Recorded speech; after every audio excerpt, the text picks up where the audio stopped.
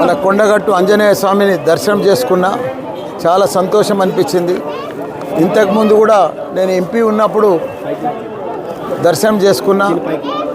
ఆయన ఆశీర్వాదంతో మంత్రి కూడా అయినా, మా కేసీఆర్ గారి ఆశీర్వాదంతో ఇప్పుడు మళ్ళా ఎమ్మెల్యే అయినా, మళ్ళీ దర్శనం చేసుకున్నా. ఈరోజు చొప్పదండికి మన ఎంపీ ఎలక్షన్ల ప్రచారానికి వచ్చిన. ఏది ఏమైనా మన పాత మాజీ సీఎం కేసీఆర్ గారు వచ్చినాకనే తెలంగాణ దేవాలయాన్ని కూడా అభివృద్ధి చెందినాయి. గత ప్రభుత్వాలు ఉండే చాలా ప్రభుత్వాలు వచ్చినాయి పోయినాయి, కానీ కొండగట్టు ఆంజనేయ స్వామిని ఎవరు కూడా పట్టించుకోలే. ఇప్పుడు 100 కోట్లు కూడా రిలీజ్ చేసి అన్నీ కూడా కోనేరు కానీ ఇవన్నీ కూడా పనులన్నీ కూడా జరిగినాయి. ఇంకా 500 కోట్లు కూడా రిలీజ్ చేసిండు. ఇప్పుడున్న ప్రభుత్వానికి కూడా ఆ ఫండ్స్ కూడా రిలీజ్ చేసి పెద్ద ఎత్తున ఇది చాలా పుణ్యక్షేత్రం, పెద్ద క్షేత్రం.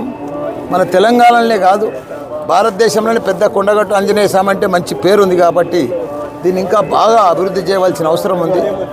అందరికి కూడా నమస్కారం, ధన్యవాదాలు. సార్, ఈ మధ్య ఎన్నికలు అయిపోయిన తర్వాత దైవ దర్శనాలు బాగా చేసుకుంటున్నారు. ఏం మొక్కుకుంటున్నారు దేవుడు?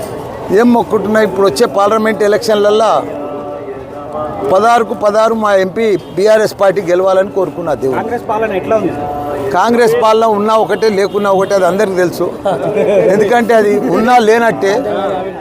56 ఏళ్ళు కూడా వాళ్ళు దేశాన్ని మన తెలంగాణను కూడా పరిపాలించారు. ఎప్పుడు కూడా వాళ్ళు న్యాయం చేయలే, చెయ్యరు కూడా. ప్రజలకు కూడా తెలుసు. తొందరలోనే ఇప్పుడు 50 రోజులలో 50 వేషాలు అయినాయి. ముందు కూడా ఏం జరగదు, అది అందరికి తెలిసిన విషయమే. అది